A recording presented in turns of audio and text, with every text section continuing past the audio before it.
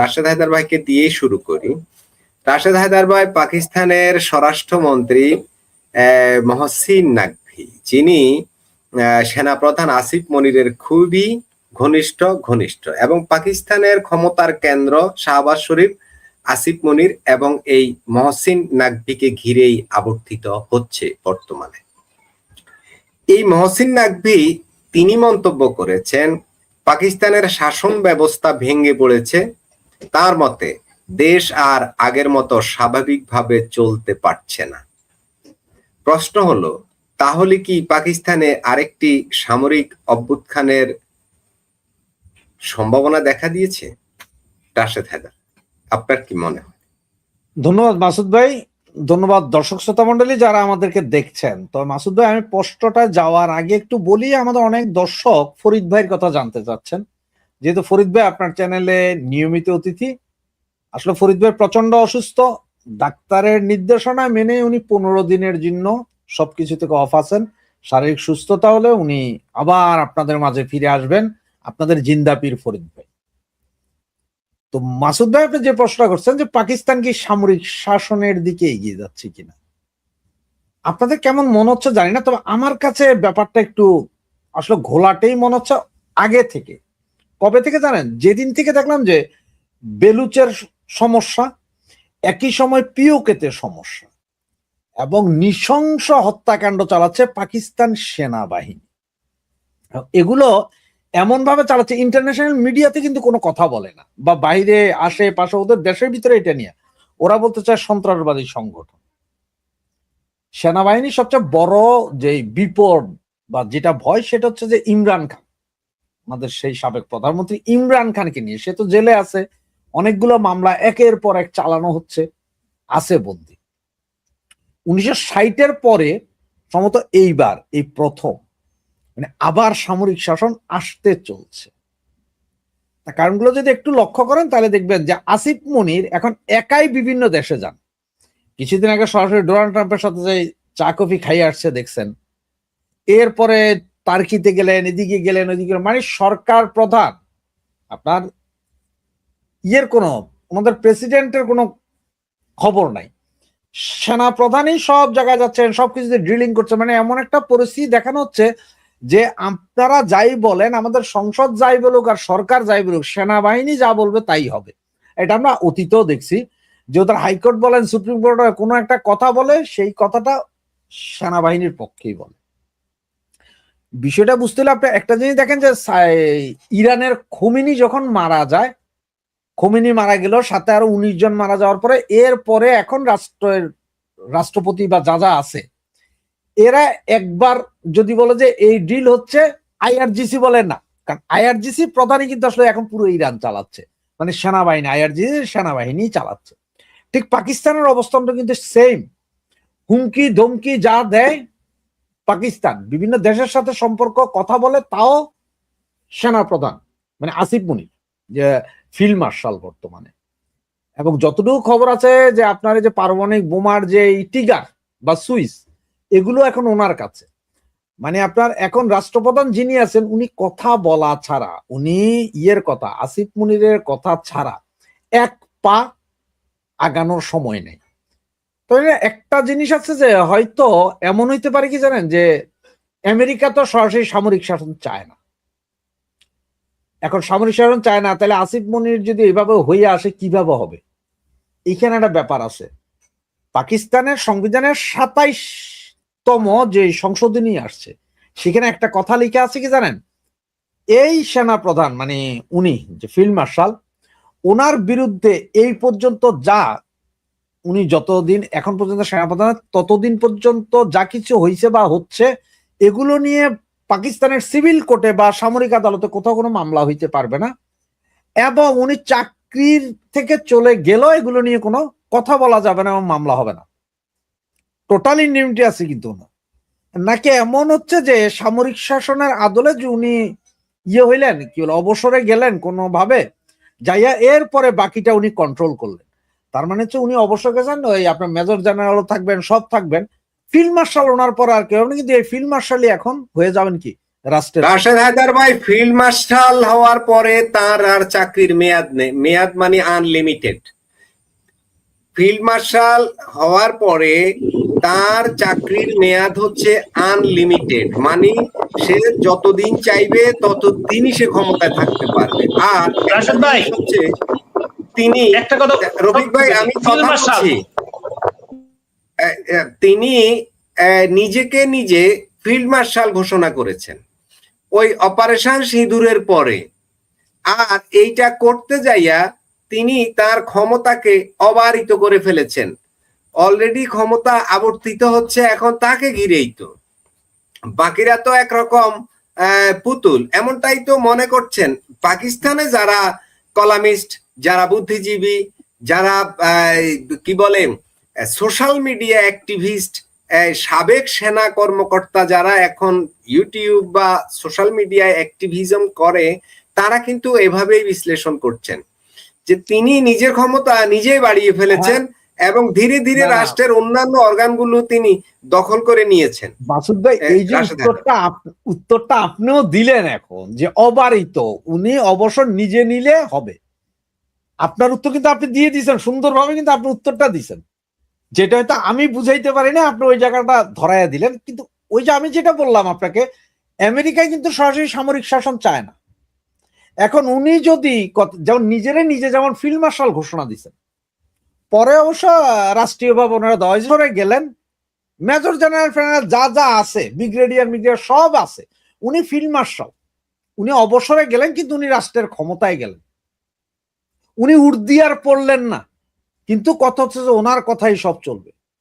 এই ধরনের পরিস্থিতি কিন্তু বাংলাদেশেও দেখছেন আপনারা। এর আগে সেনা শাসন আসে, পরে হানা ভোট, ইয়েস নো ভোট দিয়া, মানে রাশেদ হায়দার ভাই আপনি এটা বুঝাতে চাচ্ছেন যে গণতন্ত্রের আবরণে সামরিক শাসন এমন কিছু হতে পারে? ইয়েস, এমন কিছু হতে পারে না ভাই, ওইটাই হবে, ওইটাই হবে, গণতন্ত্রের আবরণে ওইটাই হবে।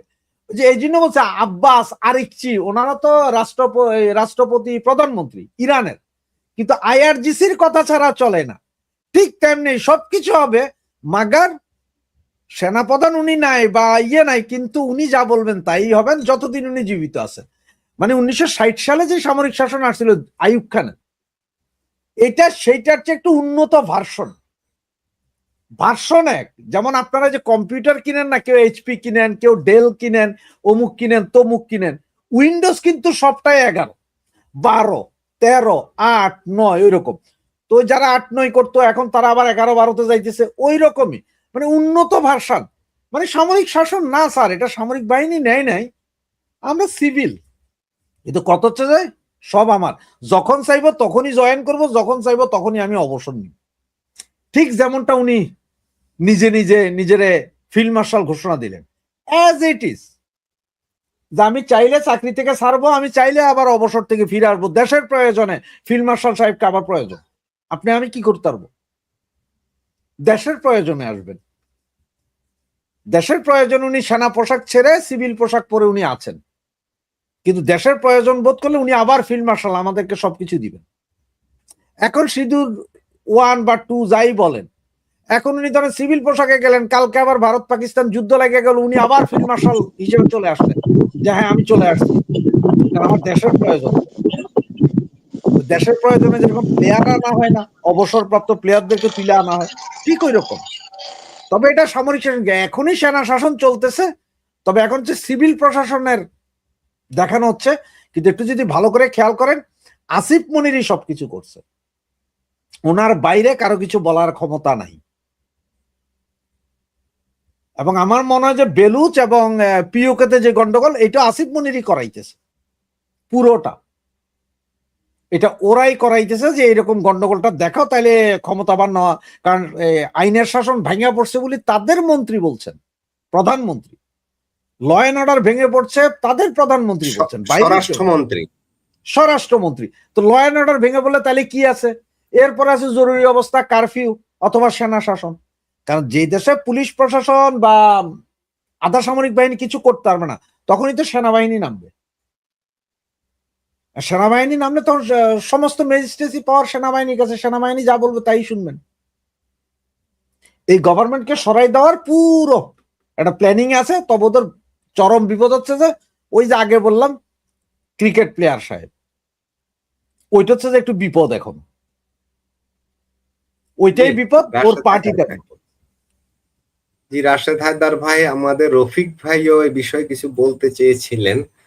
রফিক ভাইয়ের কাছ থেকে শুনবো যে রফিক ভাই পাকিস্তানের স্বরাষ্ট্রমন্ত্রী যিনি যিনি অলরেডি আইন শৃঙ্খলা নিয়ন্ত্রণের দায়িত্ব যার হাতে থাকে, তিনি এখন পাকিস্তানের ক্ষমতার কেন্দ্রের 3 নাম্বার ব্যক্তি এবং তিনি সেনাপ্রধান আসিফ মনিরের খুবই ঘনিষ্ঠ একজন বলে ব্যাপক প্রচার আছে পাকিস্তানে।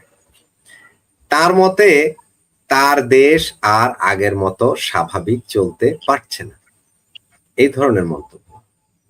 এ নিয়েই জল্পনা কল্পনার ডালপালা মেলছে, তাহলে কি পাকিস্তানের সামরিক অভ্যুত্থান মানে সামরিক অভ্যুত্থানের দৌড় গোড়ায় কিনা দেশটি। এর আগেও 4 বার সামরিক অভ্যুত্থান হয়েছে, সর্বশেষ 99 সালে নওয়াজ শরীফকে ক্ষমতাচ্যুত করে পারভেজ মোশাররফ ক্ষমতা নিয়েছিলেন। এখনো কি ঠিক সেম ঘটনাটা আবারও ঘটতে চলেছে কিনা, আপনার কাছে কি মনে হয় রফিক ভাই? ধন্যবাদ মাসুদ ভাই, রাশেদ ভাই, ধন্যবাদ দর্শক শ্রোতা সবাইকে শুভেচ্ছা ও স্বাগত। দেখেন, আমি একটা সংশোধনের জন্য আসলে বলছিলাম আপনাকে ওই সময়, আপনারা বলছিলেন যে আসিফ মুনির কিন্তু বর্তমানে ফিল্ড মার্শাল, এটাই তথ্যটা দেওয়ার জন্য কথা বলছিলাম। আসিফ মুনির বর্তমানে আপনার রানিং ফিল্ড মার্শাল এবং সর্বোচ্চ কথাটাই তো বললাম, রানিং ফিল্ড মার্শাল। উনি নিজেকেই রানিং ফিল্ড মার্শাল ঘোষণা করেছেন। বলুন আপনি। এখন আসি, জি, আপনারা বলতেছেন যে সামরিক অভ্যুত্থান হবে কি না। আমি কিন্তু আমি অভ্যুত্থানের তো দরকার নাই ভাই। আপনার হেনি তো আমি বলছি কয়েকবার যে আপনার আসিফ মুনিরই সবকিছু করতেছে। আপনি দেখেন প্রত্যেকটা ব্যাপারে আপনার আমেরিকার ট্রাম্প প্রসাদ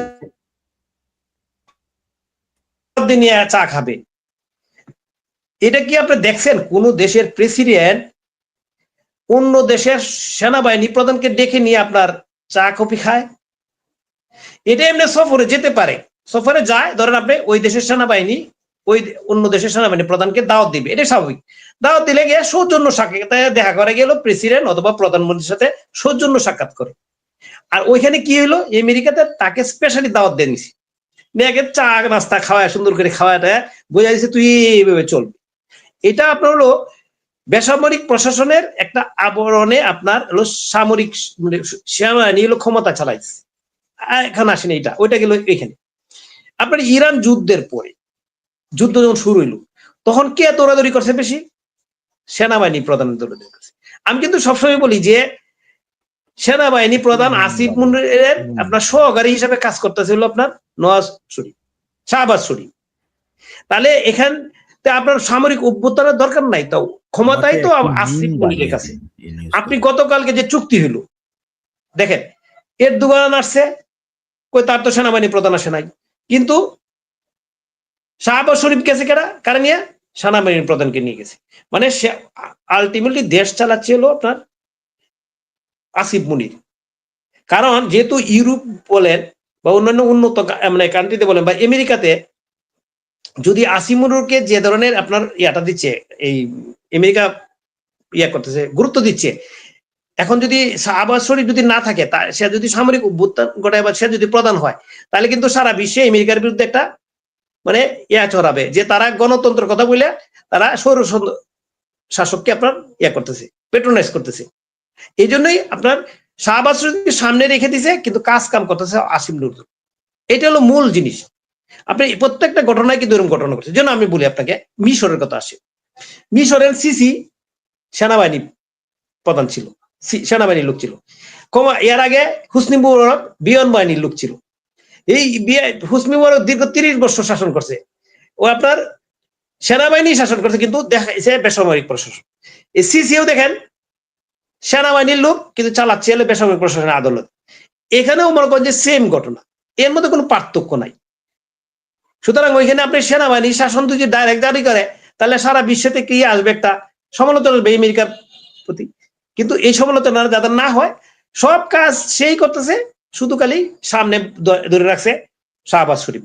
সুতরাং অভ্যুত্থান হইলো আর না হইলো এটাতে কোনো আসা যায় না, এটার কোনো গুরুত্ব নাই। আপনার যদি আসিফ মনির যদি এই যে ইরান চুক্তি বা ওই যে বর্তমানে এই যে 3 জাতীয় জোট করলো আপনার তুরস্ক, পাকিস্তান আর সৌদি আরব মিলে, সেখানে যদি আসিফ মনির না যাইতো, আমেরিকার ট্রাম্প প্রশাসনের এখানে যদি চা খাইতে না যাইতো, তাইলে আমরা বুঝতাম যে আসিফ মনির নাই, তাহলে আপনার সামরিক একটা ইয়ে আসতে পারতো, শাসন আসতে পারবো। কিন্তু আসলে চলতেছে কিন্তু সামরিক শাসনই। এখানে আপনার শুধু শাহবাজ শরীফের সামনে বসায় রাখছে, চুপচাপ বসে থাকো ভাই, তুই যা আমি বলি তাই শুনিস।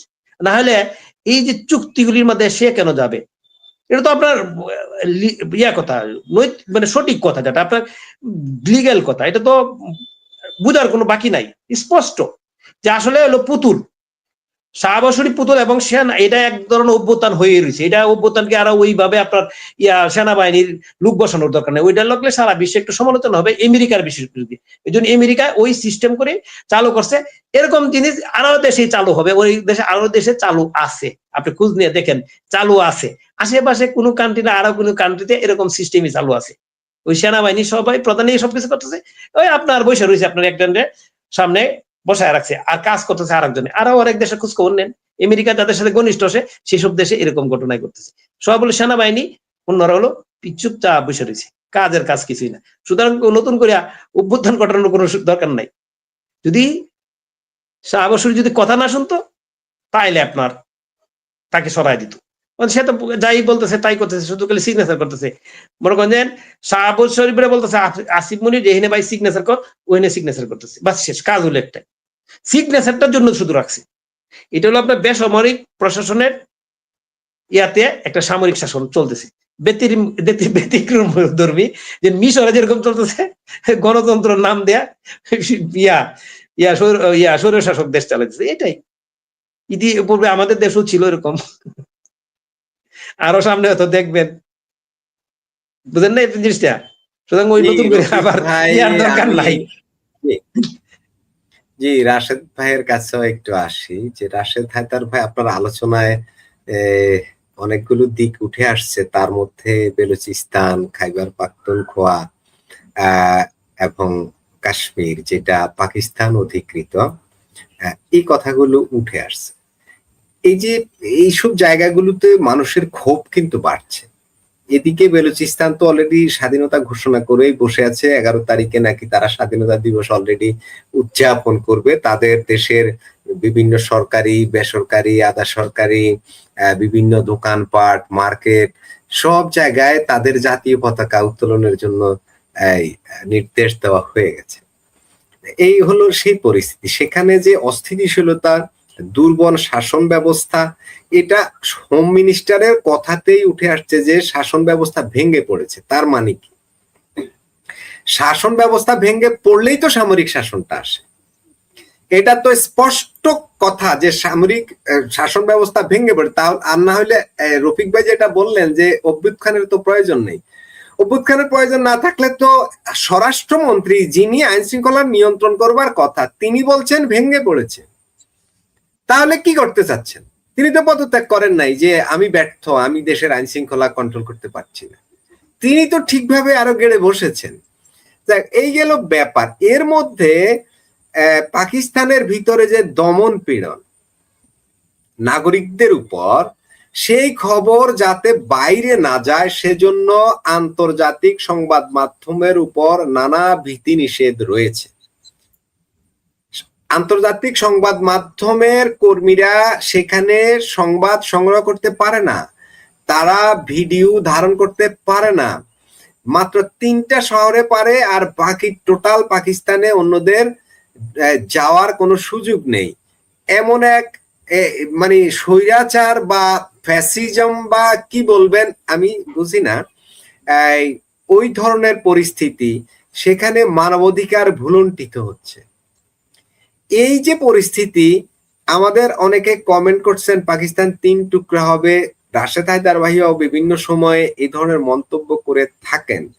হোম মিনিস্টারের মহসিন নকভির মন্তব্যের পরে আপনার কি মনে হয় না শাসন ব্যবস্থা ভেঙে পড়েছে, মানে দেশটাও ভেঙে যাচ্ছে? রাশেদ হায়দার ভাই। মাসুদ ভাই, দেশটা এত তাড়াতাড়ি না যে ভেঙে যাচ্ছে, এত তাড়াতাড়ি না। আপনারা যেটা মনে করেন যে কালকেই মনে হয় ওখানে সব ভাঙা চুরা পইরা যাবে ভূমিকম্পের মতো, তেমন না। বেলুচরা স্বাধীনতা সংগ্রাম করতে এখন না, সেই 50 সাল থেকে, 1950 সাল থেকে। আর যে 11 তারিখ যেটা ওরা স্বাধীনতা দিবস বলতেছে, সেটা হচ্ছে 48-এ যখন বেলুচরা সাহিত্য শাসিত হলো, ওইটারে যখন সেনাবাহিনী দিয়া চুক্তি করাইয়া পাকিস্তানের কন্ট্রোলে নিয়ে আসলো, ওই দিনটা, তখন থেকে ওই দিনটা, ওই তারিখটাই স্বাধীনতা দিবস হিসাবে তারা মানে। এবং এখন পর্যন্ত তারা, যে ওই দিন আমাদের ভুল বোঝানো হয়েছিল, হত্যার হুমকি দেওয়া হয়েছিল সবকিছু করার পরে। আর এটা দেশ ভাঙবে ভাঙবে যে এখনো তারা চাইতেছে যে আমাদের ইয়ে দাও, কি বলে আপনার, স্বীকৃতি দাও। কেউ তো স্বীকৃতি দেয়নি। স্বীকৃতি না দিলে এরপরে এটা ভাঙা, কারণ বেলুচদের এই অবস্থা এর আগেও দেখেছি। এর আগে মানে 1979 সালে এর চেয়ে বেশি হয়েছিল। আর তখন ছিল শাহ পরিবার ইরানের। পাকিস্তানি সরকার আর শাহ এক হয়ে, কারণ বেলুচ কিছু ইরানেও আছে, ইরানের ওই অংশটাও চলে যাবে এই ভয়ে তখন শাহ পরিবার আর পাকিস্তান এক হয়ে সেনা নামাই ওখানে গণহত্যা চালাইছিল, ঠান্ডা করে দিছিল। এইবারও সেম অবস্থায় আছে, কারণ বেলুচরা তাদের যে ম্যাপ দিচ্ছে, ওই ম্যাপে তারা ইরানের ওই অংশটা ছাড়তেছে না। আবার ওই অংশটা জন্য কি করবে, ওখানকার বেলুচরা কি এদের সাথে যোগ দিবে? ইরানেরও তাহলে একটা ভয় আছে, তাহলে ইরান একটা এরকম হলে ইরানও একটা চাপ দিবে। পাকিস্তান তো দিতেছে, সেনা নামায় অলরেডি কামানের সামনে ওই মহিলারা মাইরা কামানের রডের উপরে ঝুলাইয়া ঘুরাইছে, অত্যাচার করতেছে। সাংবাদিক ঢুকতে, আল জাজিরাকে সম্ভবত ব্যান করা হয়েছে পাকিস্তান থেকে, সাংবাদিক ঢুকতে দিতেছে। যেমন আপনি ওইটা বাদ দেন, দেখেন ইন্টারন্যাশনাল সাংবাদিক। বাংলাদেশের এদিকে আসি আমি একটু। বাংলাদেশে ঢাকা, চট্টগ্রাম, রাজশাহী, গুলো সব দেখানো হচ্ছে হয়, আর আজ দুইটা জায়গা নিয়ে প্রত্যেকটা বাঙালির মনে সন্দেহ আছে। সেন্ট মার্টিনে কি হইতেছে, পার্বত্য চট্টগ্রামে কি হইতেছে।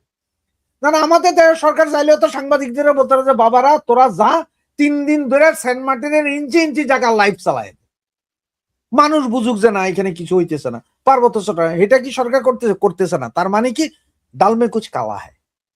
এখন পাকিস্তান 3টা শহর বাদে আর কোথাও চালাইতে দিতেছে না, তার মানে ওখানে গণহত্যা চলতেছে। হয়তো আমি আপনি এখনো পুরো জানতেছি না, কিন্তু গণহত্যা চলতেছে। এখন ভারত তো পিওকে যেটা, এইটাও স্বাধীনতা চাইতেছে, এরাও ভারতের কাছে আবেদন জানাইছে যে অস্ত্র দেওয়ার জন্য, স্বীকৃতি দেওয়ার জন্য। বেলুচ তো অনেক আগে থেকে সবাইরে বলতে, কিন্তু কেউ এখনো দেয় নাই। কেউ দেয় নাই মানে কি জানেন, কারণ হচ্ছে যে দিবে সে পরে বিপদে পড়বে। সুতরাং এই বিপদটা কেউ হাতে নিতে চাইতেছে না এখন। আর তার উপরে একটা পারমাণবিক শক্তিধর দেশ, এখন ধরেন দিলই, স্বাধীনতা দিল, আর এগুলো তো মোটা মাথার জাত, বুঝেন না, করে যে ঠিক আছে তুই দিছস, তোর দিকে আমি পারমাণবিক বোমাটা মাইরা দিলাম। এই রিস্কটা কেউ নিতে চাইতেছে না। কিন্তু গ্যাঞ্জাম আছে, এই গ্যাঞ্জাম চলবে। তবে হ্যাঁ, এখনই 3 টুকরা হয়ে যাবে এই স্বপ্ন দেখা উচিত না। কারণ হচ্ছে যে পাকিস্তানের সেনাবাহিনী কিন্তু অনেক বিশাল, এবং ওদের ওই সক্ষমতা। পাকিস্তানিরা কি করে, এর আগের আন্দোলনগুলোতে কি করছে জানেন, ওরা ওখানে ইসলামিস্ট কিছু। রফিক ভাই, রাশেদ হায়দার ভাই, পাকিস্তানের বিশাল সেনাবাহিনী তো বাংলাদেশে এখানেই পূর্ব পাকিস্তানে 71 সালে 92,000 সৈন্য নিয়ে তারা আত্মসমর্পণ করেছিল না, এইখানে একটু বুঝার ভুল আছে। তো বুঝার ভুলটা কিরকম, একটা জিনিস দেখেন, ভারত সবসময় কি বলে যে ভারত পাকিস্তান যুদ্ধ হয়েছিল, পাইকারাও কয় কি ভারত পাকিস্তান যুদ্ধ হয়েছিল, কিন্তু আসলে যুদ্ধ 2 জায়গায় হয়েছিল। একটা যুদ্ধ ভারত চুপচাপ ছিল, ওরা অস্ত্র দিছে, ট্রেনিং দিছে, আমাদের দিছে, আমরা কিন্তু 9 মাস ফাইট করছি, ফাইট করে এদের প্যান্ট খোলার অবস্থা করছি। এরা ভুলটা কি করলো, এরা জাস্ট ভারতে যায় বোমা হামলা করলো। যেই না বোমা হামলা করলো, এবার ভারত চান্স পেয়ে গেছে। এখন ভারত এক সাটিয়া মাইর দিয়ে এদের থেকে হটাইলে একদম পিছে। এরপরে ভারত আমাদেরও হেল্প করে কামান টামান ঢুকাই দিল। সুতরাং দুই ফ্রন্টে পাইকারা দুই ফ্রন্টে যুদ্ধ করছে, ভারত ফ্রন্টেও হারামজাদারা হারছে, বাংলাদেশে তো হারছেই হারছে। সুতরাং আমরা স্বাধীনতা বলে এইটা যেমন এইটাও ঠিক, ভারত কিন্তু পাইকাতারা মাইরা ওদের ওই সাইড থেকে দৌড়াইছে, ওইটাও ঠিক। এখন পাইকারা যদি বাংলাদেশে আসতে হয় ভাই, ভারতের আকাশ সীমা ব্যবহার করে আইতে হবে। এরা তো নদীতে নাইমা বাংলাদেশ থেকে যাইব কোন দিকে? 3 দিকে ভারত, একদিকে মায়ানমার, যাবে কেমনে? কিন্তু বেলুচ বা পিওকে তো সেম অবস্থা না, ওখানে ওদের যাতায়াত আছে। এখন আমরা আপনি ওইটাই বাদ দেন, আমরা বাংলাদেশে ঢাকা চিটাং স্বাধীন ঘোষণা করলাম, লাভ হবে? ঢাকা চিটাং রোডই তো আছে, ঢুকে যাবে কে এরা? কিন্তু এখন যদি ওই বাঙালি আমরা যেমন যা বাবা 7 সিস্টার খাই ফেলাম, ওরে বাবা তুই একটা চিকেন নেক দিয়ে 7 সিস্টারের দিকে যাবি, এখানে মাইন পুঁতে দিব ভারত, একবারে উল্টি যাবি গা। ওই রকমই বেলুচ আর বেলুচের স্বাধীনতা বা পিওকের স্বাধীনতা আর বাংলাদেশের স্বাধীনতা ফার ডিফারেন্স। ওইখানে তো ওদের রোড আছে, ঘাট আছে, ওদের দেশ, ওদের এয়ার স্পেস। এখন পিওকেটাও যদি পিওকেটার মাঝখান দিয়ে যদি অন্য কোনো একটা দেশ থাকতো, ধরেন ইরানই থাকতো, তাইলে আবার খেলা ছিল, কাজ যাইবো কেমনে? আপনারা যে রাশিয়াকে দেখেন, রাশিয়ার সব আছে, কিন্তু ওই যে ইউক্রেন থেকে একটা জায়গা দখল করে রাখছে, সেইখানে যাইতে হইলে তারা ইয়ে দিয়া যাইতে হয়, বেলারুশের উপর দিয়া যাইতে হয়, সবচেয়ে সোজা বেলারুশের উপর দিয়া ল্যান্ড বর্ডার, এরপরে ব্রিজ বানাই দিছে ওই দ্বীপ। এটা এই হিসাবগুলো যদি বুঝেন, স্বাধীন আজকে না হোক 20 বছর পরে হলো হবে, কিন্তু এত তাড়াতাড়ি হবে না। এবং এই দোনোটাতেই আমার যা মনে হয় সেনাবাহিনী কাজ করতেছে, কারণ এরা ওই যখনই দেখে যে মানে কিছু করতে পারতেছে না, মানে তারা বিপদে পড়ছে, অর্থনৈতিক ক্রাইসিস, তখন তারা কিছু ক্রাইসিস লাগায় দেখায় যে এই দেশ এখন যুদ্ধ অবস্থায় আছে। পাইকারে বুঝাইতে সম্ভব আমরা যুদ্ধ করছি, এইটা কইলে পাইকারা ওকে। আর হয় ভারতের লগে লাগাই দিবে না নিজের দেশে, তার নিজের দেশের দুই সাইডে লাগাই দিতেছে। আর কিন্তু কথাটা কি গেছে, সব ভারতের দোষ। কয় ভারত পিওকেরে লাগাইতেছে, ভারত ইয়েরে লাগাইতেছে, আর এবার নিজের দেশের লোকেরই নিজে সামাল দিতে আর ভারতের দোষ। এখন যুদ্ধ অবস্থা আছি বললে তারা ওই যে সেনা শাসন, যেটা আপনি বারবার বলতেন সেনা শাসন আসবে কিনা, ওই যে যুদ্ধ, ল এন্ড অর্ডার নাই। তো ল এন্ড অর্ডার না হলে আপনি যেটা বললেন যে ওই বেটা তো তার কথা শুনে প্রেসিডেন্ট, তারে কিভাবে? সাত্তার সাহেবও সবার কথা শুনতো, বাংলাদেশের রাষ্ট্রপতি, তিনি হঠাৎ করে আইনলেন এই এরশাদ রে, যে আমরা তো এখন আসলে দেশের অবস্থা খারাপ, দেশ চালানো অসম্ভব, তাই আমি সেনাবাহিনীকে আবেদন জানাইছি দেশ চালাইতে। জাস্ট বক্তব্য এটা ছিল সাত্তারের। ওই রকম প্রেসিডেন্টও কইব কোনদিন, দেখেন যে এত অবস্থা খারাপ, পুরো যুদ্ধ অবস্থা আছে, যুদ্ধ অবস্থা আমরা চালাইতে পারতেছি না, সুতরাং ইরানের আইআরজিসির মতোই আমরা চাই সেনাবাহিনী এই দেশের সবকিছু নুক এবং ওরাই একটু চালাক, ওরা চালাক, দেশ শান্তি হইলে আবার আমরা আছি। যেহেতু সরাসরি সামরিক শাসন আমেরিকা সাপোর্ট করে না, আমরাই দিচ্ছি দেশ। রাশেদ হায়দার ভাই, আমেরিকা সরাসরি সামরিক শাসন সাপোর্ট না করলেও সামরিক শাসনের চাইতেও কঠিন শাসনও সাপোর্ট করে।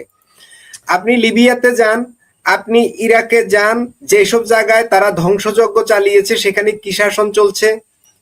আর সৌদি আরবে যান, কুয়েতে যান, সেখানে কি গণতন্ত্রটা আছে? জনগণের কোনো মত প্রকাশের স্বাধীনতা সেখানে আছে? ওদের সাথে তো দিব্যি দহরম মহরম বন্ধুত্বপূর্ণ সম্পর্ক মার্কিন যুক্তরাষ্ট্রের, সেখানে তো তারা গণতন্ত্র খুঁজতে তো যাচ্ছে না। না না, আমেরিকার স্বার্থ আপনার একটা জিনিস বুঝতে হবে, যে সারা পৃথিবীর মধ্যে পাকিস্তান এমন এক ভূখণ্ড, এমন এক জায়গায় যে এইটা আমেরিকার দরকার, ব্যাপক হারে দরকার। কারণ এই পাকিস্তানের লগে সম্পর্ক ভালো থাকলে সে আফগানিস্তানের পিড়াইতে পারবো, সে ইরানরে পিড়াইতে পারবো, সে গোটা মিডল ইস্টটা কন্ট্রোল করতে হবে, পুরা তেল সাম্রাজ্য আমেরিকা কন্ট্রোল করতে হবে। সুতরাং এই যে তেল সম্রাট যারা আছে 7 দেশ, ওখানে গণতন্ত্র না, ওইখানে স্বৈরতন্ত্র কুত্তাতন্ত্র চললো, তাতে কোনো সমস্যা নেই। তেল তো পেট্রোডলারে বেচবা, এই তেল তো আমেরিকান কোম্পানি তুলবো। তো পাকিস্তানের দরকার কেন? কারণ ওই যে পাশে ইরান আছে, এটা মাথা ছাড়া দিয়ে উঠতে যে কোনো সঙ্গে এটা পিড়ে দিব, পাকিস্তানের ভূমি লাগবো। আফগানিস্তান পাকিস্তানের ভূমি লাগবো। ওই বেলুস যদি স্বাধীন হইয়া যায়, ইন কেস বলি, যদি কখনো বেলুস স্বাধীন হয়, পাকিস্তানকে 2 পয়সার দাম দিবে না। দেখেন, আর বেলুস স্বাধীন হওয়ার সাথে সাথে ওই যে আপনার নদী বন্দর যা আছে সব আমেরিকা তখন তো করে পয়সা দিয়ে করবে যে তোমাদের সব দিতেছি, বেলুস তুমি কিছু করা লাগবে না, আমরা এখানে খালি নৌঘাটি করব। তাহলে ভারত, পাকিস্তান, বাংলাদেশ, চায়না, মায়ানমার, শ্রীলঙ্কা সব কন্ট্রোল। আর পাইকারা বেলুস ধরে রাখবো যে বাবারে এ বেলুস যদি মাইরা ধরেও ধরে রাখতারি তাহলে লাভ একটাই, অন্তত আমেরিকা তো আমাদের বছরে বছরে কিছু ডলার ভিক্ষা দিব, কারণ তো ভিক্ষা ছাড়া উপায় নেই, এর কি উৎপাদন আছে, এর তো কিছু নেই, ডলার ভিক্ষা দিয়ে চলতে পারবো দেশ। সুতরাং এই জন্য আমেরিকা সব জায়গায় তার স্বার্থ দেখে। আপনি এত কথা কইলেন, সিরিয়ার এখন যে আছে এর কথা কইলেন না, $10 বিলিয়ন তার মাথার দাম ছিল, পৃথিবীর সবচেয়ে বেশি দামি মাথা ছিল, ওরে জিন্দা বা মুর্দা দিতে পারলে $10 বিলিয়ন, তারে নিয়ে ডোনাল্ড ট্রাম্প এখন মেরে brother my brother how are you করতেছে না সিরিয়ার এখন যে আছে। তো এইটা নর্মাল, কিন্তু ওরা উপরের খোলস হচ্ছে যে ভাই আমরা কোথাও সামরিক শাসন দেখতে চাই না, তোমরা ওই নর্মাল পাবলিকের রাশেদ হায়দার ভাই আমরা শেষ করবো, আমরা আজকে লাইভটা দীর্ঘায়িত করবো না, একটা মজার বিষয় নিয়ে একটু আলোচনা করতে চাই, বেশ মজার বিষয়। সেটা হচ্ছে আমি একটু ফটোকার্ডটা আগে দেখাই। ভারতের স্বাধীনতা দিবসকে ইন্ডিয়ান ডে ঘোষণা যুক্তরাষ্ট্রের। ভারতের স্বাধীনতা দিবস আমেরিকা ইন্ডিয়ান ডে হিসেবে পালন করবে।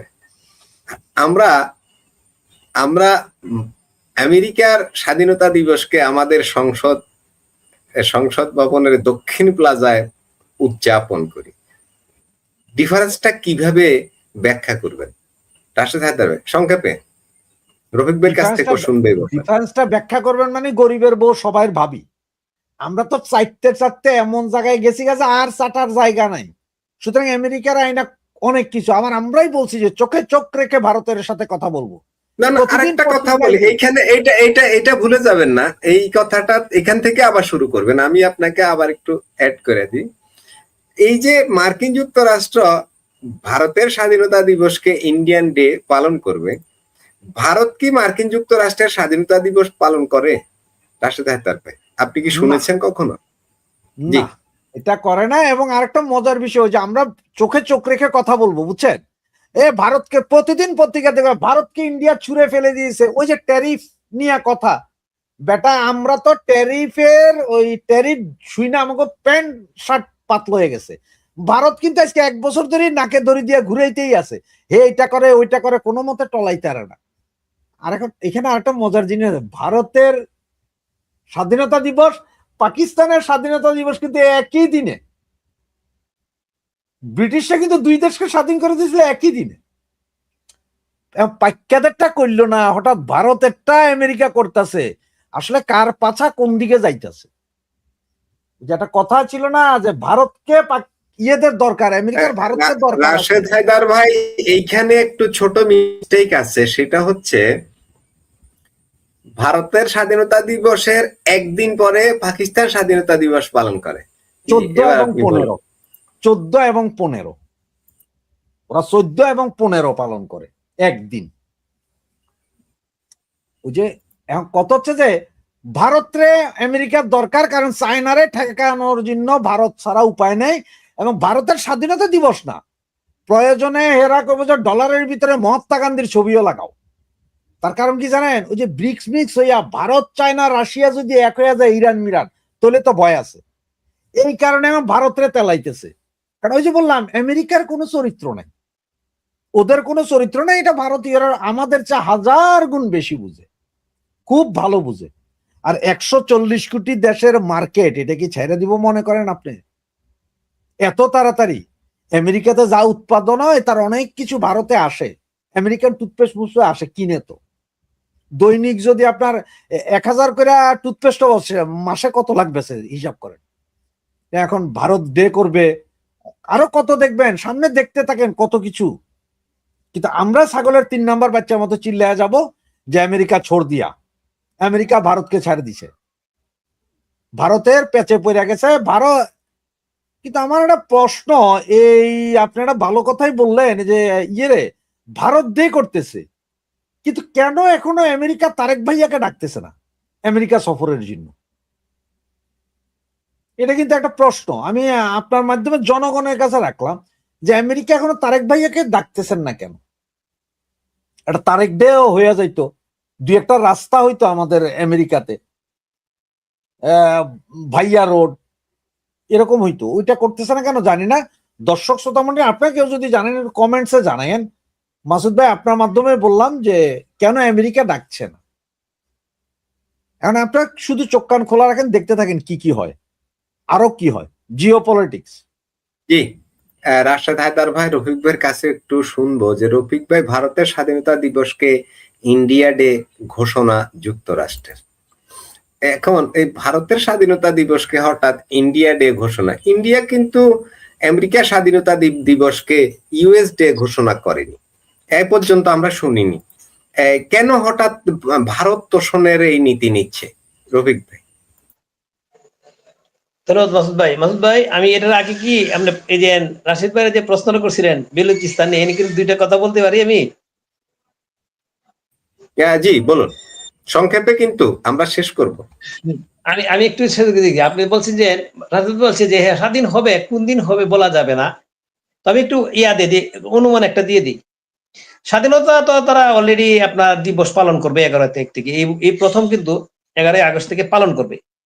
এটা কিন্তু তারা তাদের এই যে বালুচ লিবারেশন আর্মির পক্ষ থেকে তারা একটা ডিক্লেয়ার করা হয়েছে, এবং কিছু ভিডিও ফুটেজ পাইছি আমি ওইখানে বালুচিস্তানের এটা কি এআই দিয়ে তৈরি না কিসের মনে হয়, এআই না, এরা অলরেডি তারা বিভিন্ন জায়গায় অলরেডি পতাকা উড়াইছে, বুঝতে পারছেন?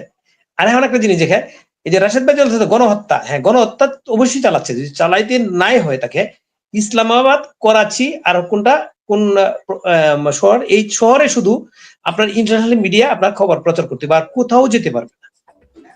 এটা তো স্পষ্টই, এখানে তো আর গণহত্যা যে হচ্ছে এটা কিন্তু আর কোনো নাই। এবং আন্তর্জাতিক সংবাদ মাধ্যম থেকে কিন্তু আন্তর্জাতিক আপনার যারা মানবাধিকার থেকে এখান থেকে কিন্তু অলরেডি এটার প্রতিবাদ জানাইছে যে সব জায়গায় আপনার গণমাধ্যম ঢোকার জন্য দেওয়ার জন্য। এটা তো স্পষ্ট বোঝা যাচ্ছে যে 3টা শহর, করাচি, ইসলামাবাদ আর একটা হলো কোন শহরটা মনে নাই মুহূর্তে, 3টা শহরে শুধু খালি সংবাদ, শহরে এটা আবার গ্রামে না, মানে যেখানে প্রবলেম হচ্ছে, যেখানে গন্ডগোল হচ্ছে, যেখানে আপনার মানুষকে হত্যা করতেছে, গণহত্যা চালাচ্ছে, ওইখানে সংবাদ আনতে দিবে না। তাহলে আপনি ওই গণমাধ্যম দিয়ে ওই আসিফ মনিরের চেহারা আর শাহবাজ শরীফের চেহারা দেখাবে সাধুকালী? গণমাধ্যমের কাজ কি এটা? যাক, যুদ্ধটা আপনার যখন আমি বলে দিই ইউক্রেন এবং রাশিয়ান যুদ্ধ, আমি ইন্ডিয়ান ডে বিষয়টা আলোচনা করতে চাচ্ছি। জি, ইন্ডিয়ান ডে আমরা লাইভটা দীর্ঘ করব না। জি আচ্ছা, আপনি বলে দিচ্ছি বেলুচিস্তান সেদিনই স্বাধীন হয়ে যাবে।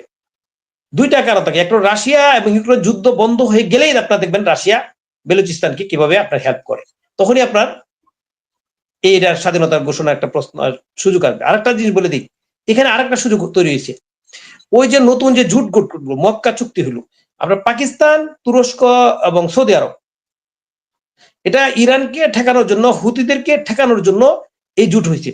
যদি এই জুটে হুতিদের উপরে যদি আক্রমণ করে, তাহলে ইরানও কিন্তু আক্রমণ করবে ওইসব দেশে। তখন কিন্তু প্রশ্ন আসবে, এই 3 দেশ, পাকিস্তানও কিন্তু ইরান বা হুতিদের উপরে আক্রমণ করতে হবে বাধ্য হইলে তখন একটা ক্ষেত্র তৈরি হবে ওই বেলুচিস্তানের স্বাধীনতার ব্যাপারে। এবং খাইবার পাখতুনের ঘটনাও সেম ঘটনা, যাকে এখন আমি ইন্ডিয়ান ডে আসলে আসলে দেখেন, এই যে রাশেদ ভাই তো বর্ণনা করছে এটা নিয়ে, পাকিস্তানের হলো 14 আগস্ট আর হলো ভারত হলো 15 আগস্ট। এখন এই যে আপনার আমেরিকা কিন্তু ভারতকে আর চীনকে সবসময় হুমকি দুমকির উপরে রাখে, অন্যান্য কান্ট্রিগুলির হুমকি দুমকিতে রাখে, কিন্তু আসলে ভিতর তাদের সাথে একটা বিজনেসটা চালায় যেতে চায়। কারণ দুইটা দেশে প্রায় 300 কোটি মানুষ আছে, যেখানে আপনার 40% উপরে আপনার জনগণ, এখানে একটা বিশাল বাণিজ্য আছে। আমেরিকা ভারতে $60 বিলিয়ন এক্সপোর্ট করে, 60 বিলিয়ন, আর ভারত করে হলো 85 থেকে 87 বিলিয়ন ডলার এক্সপোর্ট করে, বিশাল বাণিজ্য। চীন মনে হয় সবচেয়ে বেশি এক্সপোর্ট করে, কারণ চীনের আরো একটু বেশি সুবিধা হলো বিদেশের তৈরি পোশাকটা এক্সপোর্ট করে। এখন এগুলি আনবে কোথা থেকে? আমেরিকা কোথা থেকে আনবে? আমি একটু আগেই আমার ভিডিওতে বলছিলাম যে ভারত থেকে যে জিনিসগুলি নেয় আমেরিকা, সবচেয়ে বেশি নেয় হলো ঔষধ, চিকিৎসা সামগ্রী, ঔষধ। এবং একটা সময় আমি যত জানতাম যে এই 87 বিলিয়ন যে বিজনেসটা হয় বা 86 বিলিয়ন বা 85 বিলিয়ন, এর মধ্যে প্রায় $55 বিলিয়ন বা $50 বিলিয়ন ওষুধ ইম্পোর্ট করে আমেরিকা, এবং আমেরিকা চীন থেকেও এই ওষুধ ইম্পোর্ট করে, এবং ভারতীয় ওষুধটা বেশি ইম্পোর্ট করে। এখন এই যে ভারতীয় ওষুধ আবার চীনের ওষুধের সস্তায় পায় এবং দামে কম, তো এগুলো আনবে কোথা থেকে? মূলত আসলে ওই ইন্ডিয়ারে আসলে ভিতরে ঠিকই কিন্তু আপনার সম্পর্ক রাখে, কিন্তু ওরা বিভিন্ন সময় হুমকি দিয়ে চেষ্টা করে যে ভারতকে নিয়ন্ত্রণ করা যায় কিনা। ওই জন্য ভারতরে এই যে মাঝে দেখেন না, কিছুদিন আগে যে 500% ট্যাক্স দিবে পরে বলো যে খবর ভারতকে প্রেসারে মাঝে মধ্যে প্রেসার দেয় রাশিয়া থেকে, রাশিয়ার সাথে দূরত্ব বাড়ানোর জন্য।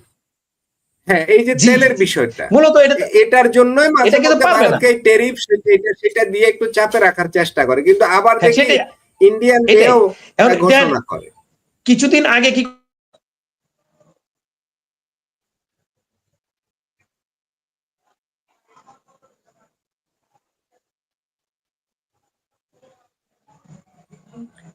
রফিক ভাই, আপনার কথা আমি শুনতে পাচ্ছি না। রফিক ভাই কি শুনতে পাচ্ছেন? কি একটা প্রবলেম হয়েছে। রাশেদ হায়দার ভাই, আমরা শেষ করব, তার আগে আমরা দুই একটা কমেন্ট নেই। রফিক ভাই যদি সাউন্ড ক্লিয়ার হয় তখন আমরা দেখব, ঠিক আছে? আমি দুই একটা কমেন্ট নিয়ে একটু কথা বলতে চাই।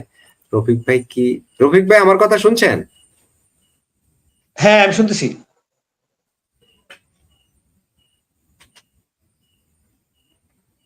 রফিক ভাই ওখানে কিছু একটা প্রবলেম হচ্ছে। জি, রাশেদ হায়দার, আপনি মিউট আছেন। একজন কমেন্ট করলে, নিউক্লিয়ার ক্ষমতা পাকিস্তানের যাদের হাতে থাকবে, পাকিস্তান তাদেরই প্রধান হবে, পাকিস্তান তাদেরই প্রধান হবে বা তিনিই পাকিস্তানের প্রধান হবে, এরকম কিছু মনে হয়। যাই হোক, নিউক্লিয়ার আসলে কাদের কাছে থাকে পাকিস্তানের? এখন তো যেটা জানা যাচ্ছে যে এটা আপনার ফিল্ড মার্শাল সাহেবের হাতেই আছে। ওইটা ওনাদের অনেকটা ওই কমেন্টে অনেকটা সম্ভবত উনি ওই দিকেই ইঙ্গিত করেছেন। যাই হোক, আমি আরেকটা কমেন্ট দেখি, সেটা হচ্ছে, এসব কথা সরকারি কাঠামো ভেঙে পড়েছে, এসব শুধুই নাটক, যাতে করে সেনা সংবিধান পরিবর্তন করে পুরো ক্ষমতা দখল করতে চায়। রাশেদ হায়দার ভাই, কথাটা অনেক বুদ্ধিজীবী কিন্তু বিষয়টাকে এইভাবেই দেখছেন। এটা কথা কমেন্টের সাথে আমি অনেক মিল পাচ্ছি। আমরা যদি বলি যে ওই হিন্দিতে যদি বলে তাহলে হচ্ছে যে সেনাবাহিনীটা চুরান খিলাচ্ছে, আর যদি বাংলায় বলি তাহলে বাঙালি বেকুব বানাইতেছে আর কি। কথা সত্য, উনি একদম 100% এক ফোঁটা আমি দ্বিমত পোষণ করি না ওনার সাথে। আরেকটা কমেন্ট একটু দেখি। Sudden call from Israel PM to PM Modi is significant. সম্প্রতি নরেন্দ্র মোদি এবং ইসরায়েলের প্রধানমন্ত্রী নেতানিয়াহু তারা বেশ কোলাকুলি করেছেন। একদিকে আমাদের বাংলাদেশ, পাকিস্তান, সৌদি আরব, এই জাতীয় মুসলিম কিছু দেশ মিলে একটা জোট গঠন করেছে। হুথিদের বিরুদ্ধে যুদ্ধ করবে মানে ইরানের বিরুদ্ধে যুদ্ধ করবে মানে ইসরায়েলের পক্ষে যুদ্ধ করবে। সব মিলাই আমি দেখতেছি বাংলাদেশ, ভারত, পাকিস্তান, সৌদি আরব, দুবাই, এই সব দেশ ইভেন ভারত, এ সবাই এখন ইসরায়েলের পক্ষ নিয়েই খেলাটা খেলছে ইরানকে ধ্বংস করার জন্য। অনেকটা আপনি যদি অঙ্কগুলো মিলান, রাশেদ হায়দার, আপনি দেখেন, বললেন আপনি, আমি একটু দেখাই দেই। এই যে পাকিস্তান, এরা টার্গেট কি? হুথি না? হুথি কে? হুথি কারা? হুথি মানে তো ইরান। তার মানে ইরানকে দুর্বল করার জন্য তো হুথিদের উপর আক্রমণ করবে। তো ইরান দুর্বল হলে লাভ কার? ইসরায়েলের, এই তো। এর মধ্যে নরেন্দ্র মোদী, তিনিও নেতানিয়াহুর সাথে বেশ কোলাকুলি করেছেন, অনেকটা প্রকাশ্যে ঘোষণা না দিলেও আকারে ইঙ্গিতে চোখের ইশারায় কথা হচ্ছে যে হ্যাঁ নো টেনশন আসি, অনেকটা এরকমই তো নাকি রাশেদ হায়দার ভাই? আমাদের ফরিদ ভাই হলে কিন্তু ফাটাই দিত, উনি কিন্তু ওই যে চাণক্য কূটনীতি ভারতের। ইসরায়েলের সাথে ভারতের সুসম্পর্ক অতীতেও ছিল, এখনো আছে। এবং আপনি এটা জানেন কিনা জানি না, যে এই যে আমাদের সাথে 71 মুক্তিযুদ্ধের সময় বা পাইকারা যখন ভারতে আক্রমণ করে, ভারতের কাছে পাইকারা যে মাইর খেয়েছিল, ওই সময় ট্যাঙ্কের গোলা থেকে সমস্ত গোলা ইসরায়েল মেড গোলা ছিল। 71-এর কথা বলতেছি, আপনার কালকের কথা কইতেছে নরেন্দ্র মোদী গলাগুলি করছে না। ভারত একটা লিবারেল রাষ্ট্র হিসেবে তার সাথে সবার সাথে সম্পর্ক, সে কারোর সাথে যুদ্ধে যায় না।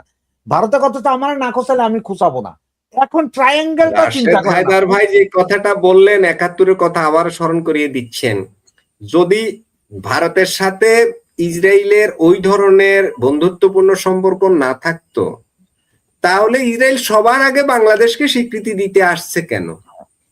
এবং আরেকটা জিনিস দেখেন, এই যে এখন যে ইয়েটা আছে না, কি বলে, ওই যে এদের যে 19 দলীয় জোট যেটা করছে আর কি, হুতি পিটাও জোট, ওইটাও কিন্তু ট্রায়াঙ্গেল। খেয়াল করেন, হুতি বোমা মারে কারে?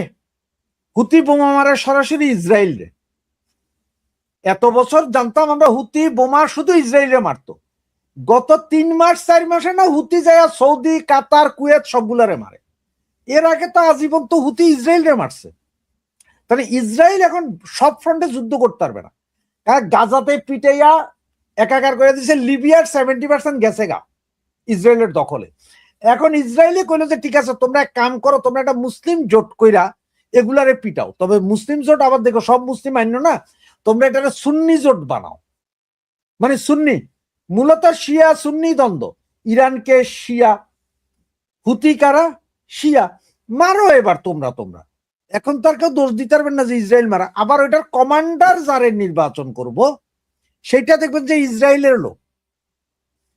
আপনার এই যে মিডিল ইস্টের সব মিলে যা কি করে, এটা টার্কি মার্কি যা এরা সব মিলে যে দিব, এটাই তো স্বাভাবিক, ও তো ইসরায়েলের লোকিত হবে, ও ইসরায়েলের একান্ত পাপেট হবে। কারণ জোটটা তো ইসরায়েলের জন্য, ইসরায়েলের সহযোগিতার জন্যই তো আমরা এই মুসলিম জোটটা তৈরি করেছি, সহযোগিতার জন্য। এবং গোয়েন্দা তথ্য দিবে ইসরায়েল কোথায় কোথায় বোম মারতে হবে। এটা হচ্ছে আমাদেরকে চুরান খিলানো হচ্ছে, বা আমাদের বেকুব বানানো হচ্ছে। না ইসলামিক জোট, আমরা ইসলামিক জোট, কিন্তু সব বেটাই ওই যে এমনে খাইতেছে না, ঘুরাই খাইতেছে।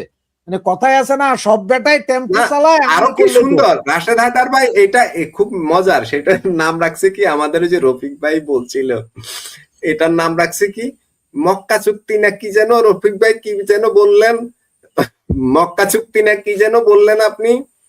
হ্যাঁ, মক্কা চুক্তি। আমাদের মিডিয়ায় এটা মক্কা চুক্তি নাম আসছে, আসলে মেইনলি এটা মক্কা চুক্তি না। মানে আমাদের মিডিয়াও আমাদেরকে ঘোল খাওয়াচ্ছে যে আসলে এই যুদ্ধটা ইসরায়েলকে সেফটি দেওয়ার জন্য আমরা সবাই মিলে এখন ঈমান আকীদা মজবুত করার জন্য সুবহানাল্লাহ আলহামদুলিল্লাহ পড়ার জন্য ইসরায়েলের পক্ষে যুদ্ধে নেমে যাচ্ছে। আপনি যখন আপনার বাংলাদেশ পাকিস্তানে কিন্তু হাজার হাজার শিয়া আছে, আপনি যদি এই বাংলাদেশ পাকিস্তান কাতার কুয়েত এখানে যদি বলেন যে আপনি মুসলমান মারতে যাবেন, তাহলে কিন্তু মুসিবত আছে।